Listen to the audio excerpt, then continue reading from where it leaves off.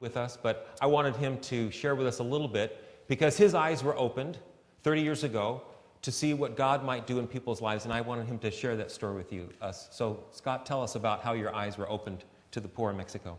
Yeah, I thought I had my life all mapped out. Even as a college kid, I had worked at the San Diego Zoo for 7 years. I'd actually gone with Joan Embry to the Carson show, and my hand's actually been on TV. I actually put the hand of the animal through the curtain.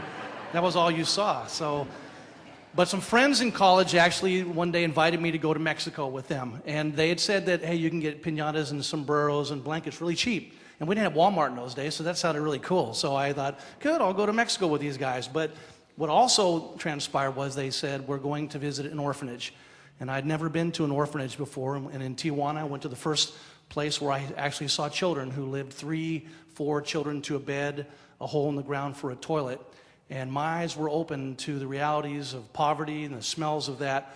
But the great surprise was not knowing what to do with these children, so I played with them. A little girl came up to me with a big smile and said in Spanish, "Do you love Jesus?"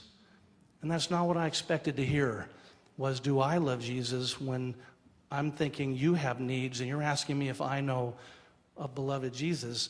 And the orphanage director saw how this affected me, and he pulled me aside and he said, in Mexico, we can see a man's heart through his eyes. And I can see that God's working in your life and you have a real passion for what's happening. And he said, he opened up the book of Isaiah and said, right here in Isaiah it says, "Here I am, send me." And he said, God has sent you here to us. And I was like, wait a minute, I'm going to go work with animals, I'm going to go to the zoo, I'm going to do all this stuff. I couldn't stop thinking about it. Went back to college, started coming down on the weekends, bringing donated goods to the orphanage.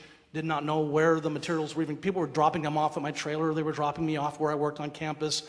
One day my boss came in and said, "You got to get this junk out of here." And I said, "It's not junk, it's for an orphanage." And what she didn't know was I've been praying for 2 weeks. God, what am I supposed to do? Animals, helping the poor in Mexico. And she basically said, I said, I've been praying for 2 weeks and you probably aren't going to understand this, but I think you've just answered my prayer.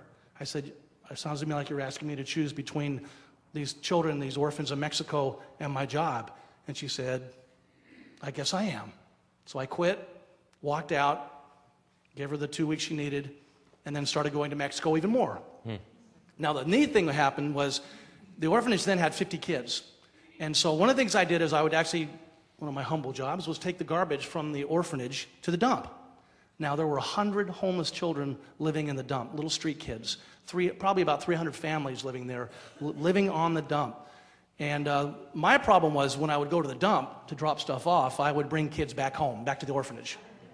So we went from like 50 kids to 75 kids. And the orphanage director came to me one day and she said, "Scott, you have 2 choices. You either stop going to the dump or you stop bringing kids back." So I decided, well, if I go to the dump, there's no way I'm not going to bring kids back because they literally lived on top of the garbage in cardboard shacks. So that was where I then went with a friend of mine and we sat down and on a piece of paper designed out the first Amor home that were really going to be for street kids so that they had a place to live. And the first homes were built there at the Tijuana dump. We were there for about 4 years. We built over 300 homes. And that was really kind of the foundation of how Amor has now gotten to the point where now we've built over 16,000 homes in 30 years, which is pretty amazing. Wow, awesome.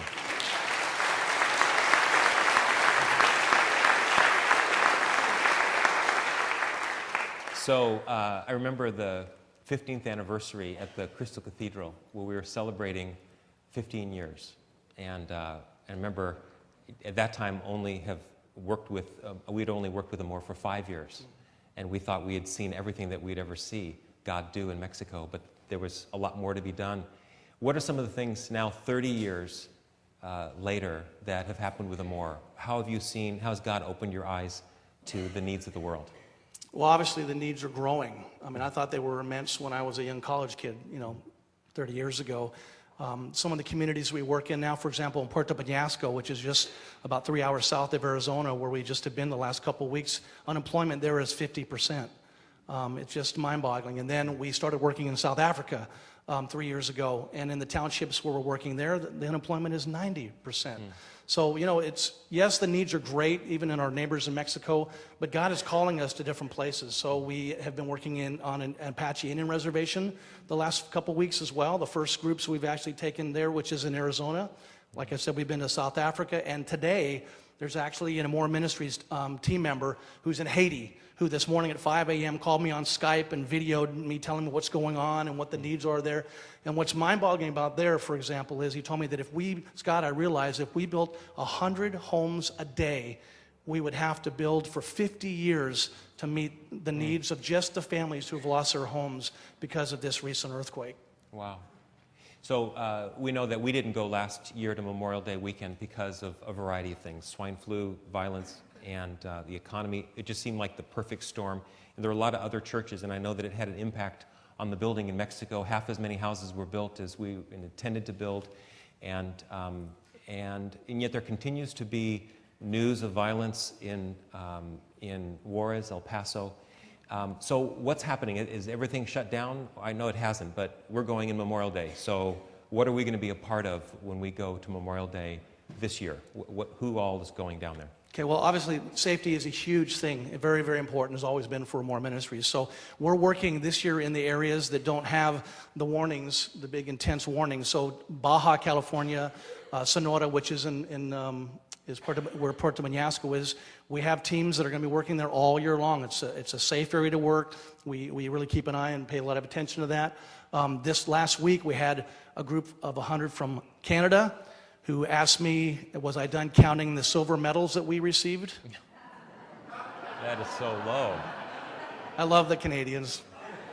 Okay. And we had about 120 from Chico up near Sacramento. And then my son even brought a team from USC. I know that, USC, I know they're That's why I wore so my blue and gold today. Anyways, you don't have to like them to appreciate that. A bunch of soccer players and football players actually came down to build a house, but that was pretty cool. Awesome. So we have 4,000 people that are coming to Baja this spring, which is very exciting, which is actually more than what we had last spring. Great. So I didn't tell you I was going to ask you this question. Uh-oh. But besides meeting your wife at the orphanage. Yes. And she wasn't an orphan. She wasn't an orphan. Okay. Just want to make sure we got that straight. I think that's against the rules, right? I think it is. Right. You have a choice, Scott. You either leave the orphanage or you stop dating this girl. Okay.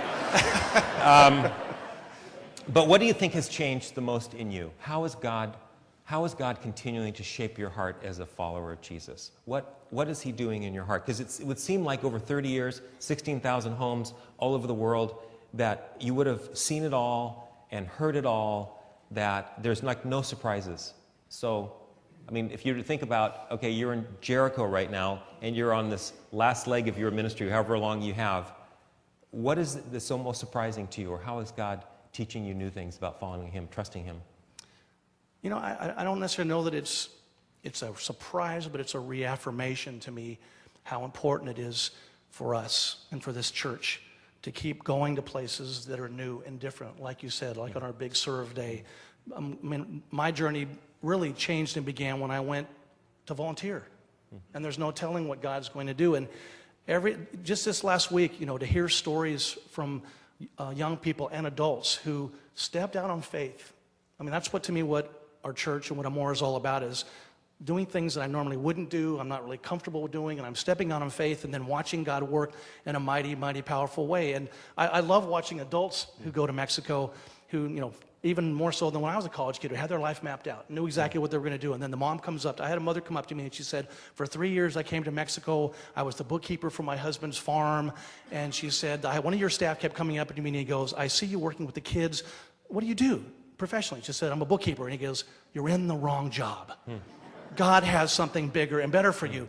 And for 3 years, he kept seeing, every time he saw her, he would tell her that. And she said, I just wanted to share that your staff are amazing, because she said, I'm in seminary today because one of your staff came up to me and said, you're in the wrong job. You need to do what God wants you to do. Awesome. And that to me is exciting. It's reaffirming. It's wonderful to see people who God uses in new and exciting ways like that. It's amazing. Awesome. Well, Scott is actually a member of our church, and it's great to partner with him and to be a friend of his, and to have watched him over the last 20 years as gives people, men and women, boys and girls, teenagers, an opportunity to have their eyes open to what God is doing.